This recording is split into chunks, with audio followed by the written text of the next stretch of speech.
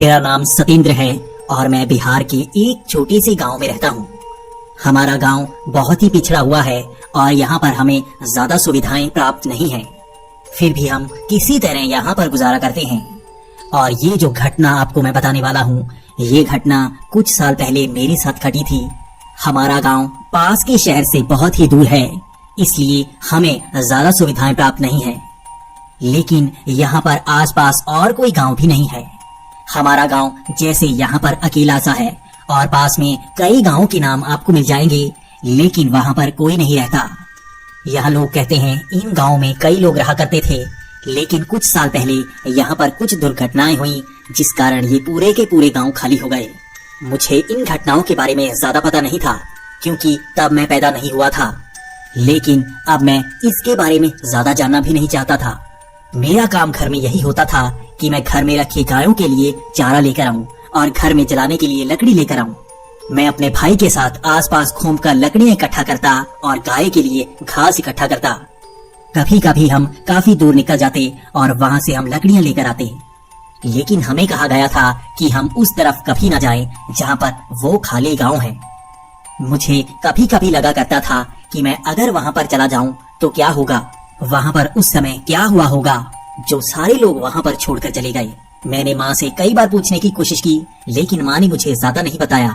मेरी उम्र जैसे जैसे बढ़ रही थी, मेरे मन में जिज्ञासा उतनी ही ज्यादा बढ़ती जा रही थी। मेरा भाई मुझसे 2 साल छोटा था, इसलिए मैं जो कहता मेरा भाई वही करता।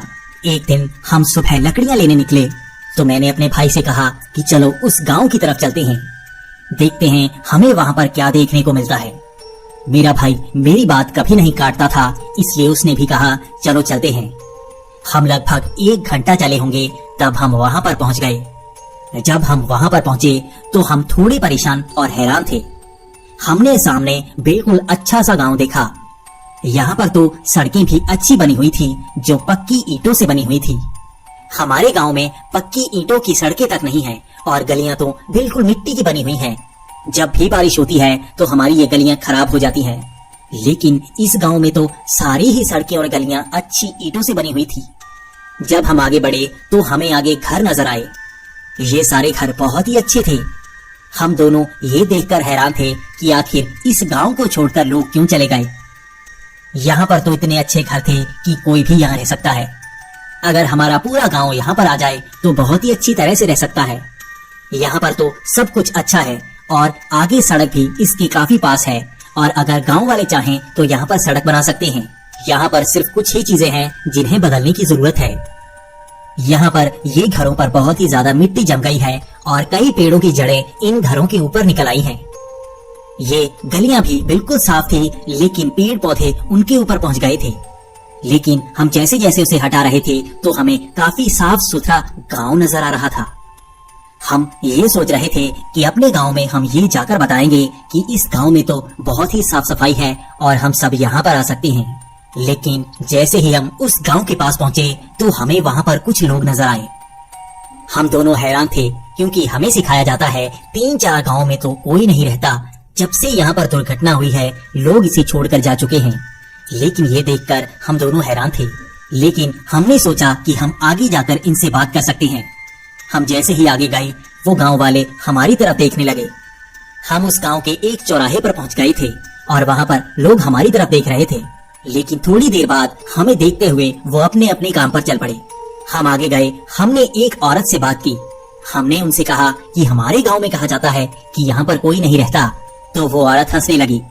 उसने कहा तुम उस पिछड़े गाँव में रहते हो, वहाँ पर लोगों को कुछ नहीं बताया जाता। यहाँ पर तो सरकार बहुत ही अच्छी तरक्की कर रही है और हमें सारी सुविधाएं मिल रही हैं। देखो पीछे लाइट भी लगी हुई है, तुम्हारे गांव में तो लाइट तक नहीं पहुंची। इतना सुनकर मैं भी थोड़ा शर्मिंदा हो रहा था। मुझे ऐसा लग रहा था जैसे हमारे गांव वाले पीछे ही रह गए और उन्हें पता ही नहीं लगा कि इस गांव में दोबारा कब लोग बस गए हैं। हम ऐसे ही घूम रहे थे और आगे हमें काफी सूखी हुई लकड़ियां मिली, लेकिन वो सारी लकड़ियां एक आदमी के घर के पीछे पड़ी थी। तो हमने सोचा कि उस घर वाले से पूछ ले कि क्या हम उन लकड़ियों को ले जाएं। हमने उस घर के बाहर खड़े उस आदमी से पूछा कि क्या हम ये सूखी लकड़ियां ले जा सकते हैं। तो उस आदमी ने हंसकर कहा कि हाँ तुम ले जा सकते हो। वैसे भी हमारे पास ये लकड़ियां काफी ज्यादा पड़ी हैं, अगर तुम ले जाना चाहते हो तो ले जा सकते हो। हम खुश थे क्योंकि हमें ढूंढने की जरूरत नहीं पड़ी और बड़ी ही आसानी से हमें ये लकड़ियां मिल गईं। लेकिन हमारी हैरानी तो तब बढ़ गई जब उस आदमी ने कहा कि ये लकड़ियां ही क्यों, ये सूखा हुआ गाय का गोबर भी ले जाओ। वहाँ पर गाय के गोबर के बड़े बड़े पट्टे बहुत ही बड़े तौर पर बनाए गए थे और वो आदमी हमें वो भी ले जाने को कह रहा था। उस आदमी का कहना था कि हम तो गैस पर खाना बनाते हैं तो तुम ये ले जा सकते हो। मैं और मेरा भाई काफी हैरान थे कि यहाँ पर गैस आ चुकी है और हमारा गांव अब भी पिछड़ा हुआ है, जहाँ पर गलियां तक साफ नहीं हैं। हम अब वापस अपने गांव जाकर ये बताना चाहते थे, लेकिन हम उस गांव में घूमना भी चाहते थे। वो आदमी कहने लगा कि आओ तुम्हें हम अपना गांव दिखाते हैं। हम उस गांव को देखने लगे। वो आदमी हमें गांव बहुत ही अच्छी तरह से दिखा रहा था। ये गांव था तो छोटा, लेकिन काफी साफ सुथरा और बहुत ही अच्छा। गांव के शुरू में तो हमें पुराने घर दिखे थे, जिसमें हमें लगा था कि इस गांव में कोई नहीं रहता और वहाँ गलियों के ऊपर घास उगी हुई थी, लेकिन यहाँ पर तो गांव साफ था। तो मैंने उससे पूछा कि बाहर की तरफ आपके घरों के ऊपर जड़ें क्यों चढ़ी हुई हैं? तो उस आदमी ने कहा कि उस तरफ कोई नहीं रहता, वैसे भी पीछे वो जंगल से शुरू हो जाते हैं, इसलिए उन घरों में कोई नहीं रहता। आगे तो तुमने देख ही लिया है, यहाँ पर काफी लोग रहते हैं। हमने भी वो गांव देखा तो वो बहुत ही अच्छा था और वहाँ पर हर तरफ लाइट लगी हुई थी। लोगों ने वहाँ पर घर भी बहुत ही अच्छे बना रखे थे और उस गांव के बिल्कुल बीचों बीच एक कुआं था। वो आदमी कह रहा था, चलो मैं तुम्हें बड़ा कुआं दिखाता हूँ, वहाँ से पानी भी ले जाना, तुम्हारे गांव में शायद पानी कम होगा। मेरा भाई मेरी तरफ देखने लगा। उसने कहा कि चलो एक घड़े में पानी ले जाते हैं और अपने गांव में ले जाकर बताते हैं कि यहाँ से पानी ले सकते हैं। हमारे गांव में तो पानी की कोई व्यवस्था नहीं है, लेकिन यहाँ पर तो बड़ा कुआं बनाया गया है, जिसके पास ही एक तालाब है। यहाँ पर पानी स्टोर किया जाता है, वो पानी को हम इस्तेमाल कर सकते हैं और हमारे गांव में भी काफी सुविधा हो सकती है। हमारे गांव में तो तालाब काफी दूर है और वहाँ का पानी बहुत ही गंदा रहता है। गांव वाले उस तरफ काम नहीं करते, लेकिन यहाँ से हम सारी सुविधाएं ले सकते हैं। तो मैं मन में उछल रहा था कि अपने गांव वालों को ये सब बताऊंगा, लेकिन मेरे भाई ने कहा कि उस कुएं के पास नहीं जाना चाहिए, क्योंकि हमारे गांव में कहा जाता है कि किसी दूसरे गांव का पानी हम अपने गांव में नहीं ले जा सकते। कई कुएं शापित होते हैं जहां से हमें पानी नहीं लेना चाहिए, लेकिन मैं चाहता था कि हम पानी ले ही जाते हैं। लेकिन मेरा भाई कहने लगा कि अब समय हो गया है, हमें कुएं के पास नहीं जाना चाहिए, हमें घर को जाना चाहिए। मैं भी अब अपने भाई से जिद नहीं करना चाहता था, क्योंकि उसने आज मेरी सारी बातें मानी थी। तो मैंने कहा चलो ये लकड़ियां और गोबर को लेकर गांव को चलते हैं। लेकिन वो आदमी कह रहा था कि उस कुएं में जाकर देख तो आओ एक बार, वहाँ पर है क्या। लेकिन हम कह रहे थे कि समय होने लगा है, हमें घर भी जाना चाहिए। तो हम वैसे ही लकड़ियां और गोबर को लेकर घर की तरफ आ गए। हम जब अपने गांव में आए तो हमने सबको ये बताया और सारे गांव वाले हैरान थे। मेरी माँ तो मुझे गुस्सा कर रही थी। वो कह रही थी कि तुम उस तरफ गए ही क्यों। मैं उनको कह रहा था कि मेरे भाई की गलती नहीं है, मैं ही उसे वहाँ पर लेकर गया और वहाँ पर हमें बहुत ही अच्छा गांव मिला। वो गांव तो तरक्की कर चुका है और हमें उसके बारे में पता ही नहीं। हमें तो ये बताया ही नहीं जाता वहाँ से लोग गए ही कब थे। हो सकता है वो सारा झूठ हो और लोग वहाँ से गए ही नहीं। सब गांव वाले कहने लगे कि वहाँ पर हमें नहीं जाना चाहिए था, लेकिन मैं जानना चाहता था कि हमें वहाँ पर क्यों नहीं जाना चाहिए था। आखिर वहाँ पर उन सालों में क्या हुआ था जिस कारण वहाँ पर लोग जाने से डरते हैं। तो हमारे सरपंच ने हमें बताया कि वहाँ पर कई सालों पहले यहीं के लोग रहा करते थे। वो गांव बहुत ही भरा पूरा होता था और सड़क भी वहाँ से काफी पास लगती थी। अब हम उस गांव की तरफ नहीं जाते, बल्कि घूमकर उस सड़क के पास जाते हैं। इसका कारण ये है कि वहाँ पर जलडायन का वास है। कहा जाता है कि वहाँ पर जलडायन आ गई थी, जिस कारण सब गांव वालों को वहाँ से भागना पड़ा था। उस डायन ने एक ही रात में सैकड़ों लोगों को मार दिया था। जो भी लोग वहाँ पर सो रहे थे वो सारे मारे गए थे और जो लोग उस गांव से बाहर गए हुए थे वही बच पाए थे। वो सब अब इस गांव में रहते हैं और उसे छोड़कर वो यहाँ पर आ चुके हैं। ये लगभग 13 से 14 साल पहले हुआ था और मेरी उम्र आज 12 साल है। लेकिन मैं गांव वालों को कह रहा था कि ऐसा नहीं हो सकता। वो गांव तो बहुत ही अच्छा हो गया है और वहाँ पर हम ये लकड़ियाँ लेकर आए हैं। लोगों के पास वहाँ पर घरों में गैस तक है और यहाँ पर तो हमारे पास सड़कें पक्की नहीं है। वहाँ पर तो सड़कों पर लाइट लगी हुई है और वो सारी गलियां ईंटों से बनी हुई हैं। सारे गांव वाले हैरान थे। वो कह रहे थे कि हमें एक बार वहाँ पर चलकर देखना चाहिए और हम दिन के वक्त जाएंगे। दिन के वक्त हम बच सकते हैं क्योंकि जलडायन शाम के वक्त हमला करती है। रात के वक्त तो वो मार ही देती है, लेकिन दिन के वक्त वो ज्यादा कमजोर होती है, इसलिए वो रोशनी में नहीं आती बल्कि हमें अंधेरे की तरफ खींचती है। हम अंधेरे की तरफ नहीं जाएंगे और देख कर आ जाएंगे। अगर सच में वो गांव बसा हुआ है तो हमें भी वहां पर चले जाना चाहिए या वहां से जुड़ जाना चाहिए ताकि हमें फायदा हो। वैसे भी वो घर तो हमारे पूर्वजों के ही हैं, तो हमें एक बार वहां पर जाकर देखना चाहिए। ये बातें कहकर सब तैयार हो गए कि कल सुबह वहां पर जाएंगे।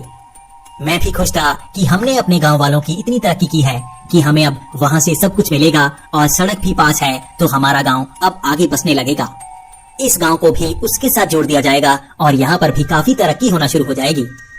वो पूरी रात मुझे नींद नहीं आ रही थी। मेरे मन में खुशी फूटे जा रही थी और मैं ऐसे ही जागते हुए पूरी रात गुजार गया। अगली सुबह हम सब तैयार थे वहां जाने के लिए। हम लगभग 50 लोगों की टोली उस गांव की तरफ चल पड़ी। हम धीरे धीरे उस गांव की तरफ जा रहे थे, लेकिन हम जैसे ही उस गांव के पास पहुंचे तो सरपंच बोला, वो देखो यहाँ पर गलियों के ऊपर जड़ें आई हुई हैं और आगे देखो घरों के ऊपर भी तो घास उगी हुई है।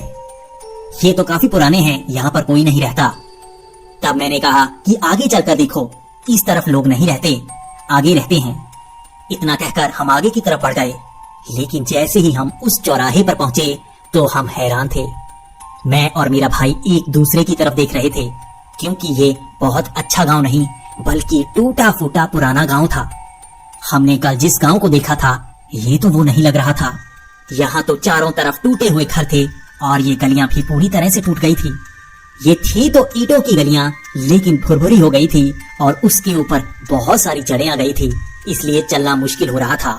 गांव वाले हमें कोस रहे थे कि तुमने झूठ बोला, लेकिन हम कह रहे थे कि कल हमें यहाँ पर बहुत ही अच्छा गांव दिखा था और यकीन कीजिए हमने यहीं से लकड़ियां ली थी।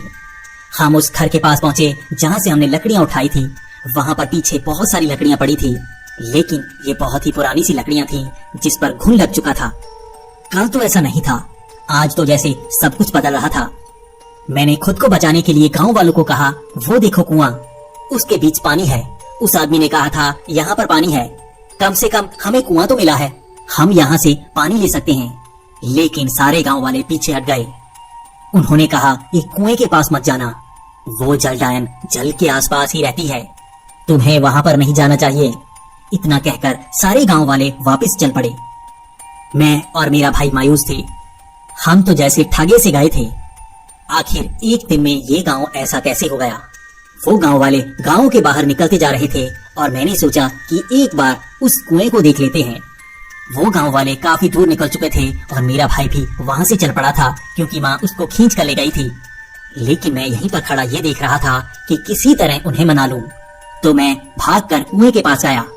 मैंने कुएं के अंदर देखा तो मुझे अंदर पानी दिखा। मुझे काफी खुशी होने लगी कि मैं उन्हें कह सकता हूँ कि यहाँ से हम पानी ले सकते हैं। हमारा पानी का किस्सा यहाँ पर खत्म हो सकता है और हम यहाँ आ सकते हैं। लेकिन मैं जैसे ही पानी की तरफ देख रहा था, पानी अपने आप हिलना शुरू हो गया। पानी धीरे धीरे हिल रहा था और वहां से मुझे आवाजें सुनाई देने लगी। ये किसी औरत की आवाज थी जो गाने जैसी थी, वो जैसे मुंह में गुनगुना रही हो। मैं अंदर की तरफ कान करके सुनने लगा कि कहीं मुझे भ्रम हो रहा है या सच में अंदर से आवाज आ रही है। मैं जैसे ही थोड़ा सा झुका तो एक हाथ वहां से निकला और जैसे मेरे हाथ को पकड़ लिया हो।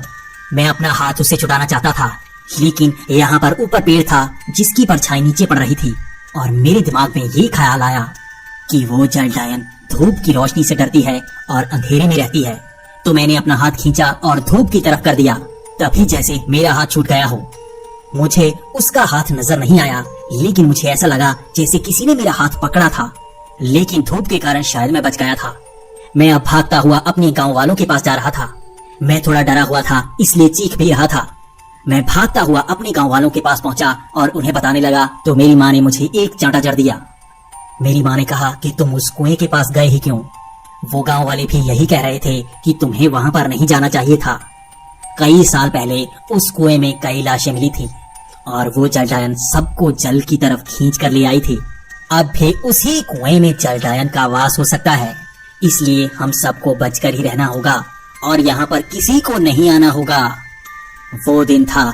उसके बाद हमारे गांव में इस बात को माना जाने लगा कि इस गांव में अभी भी जलडायन रहती है और उसके बाद मैं उस गांव की तरफ कभी नहीं गया।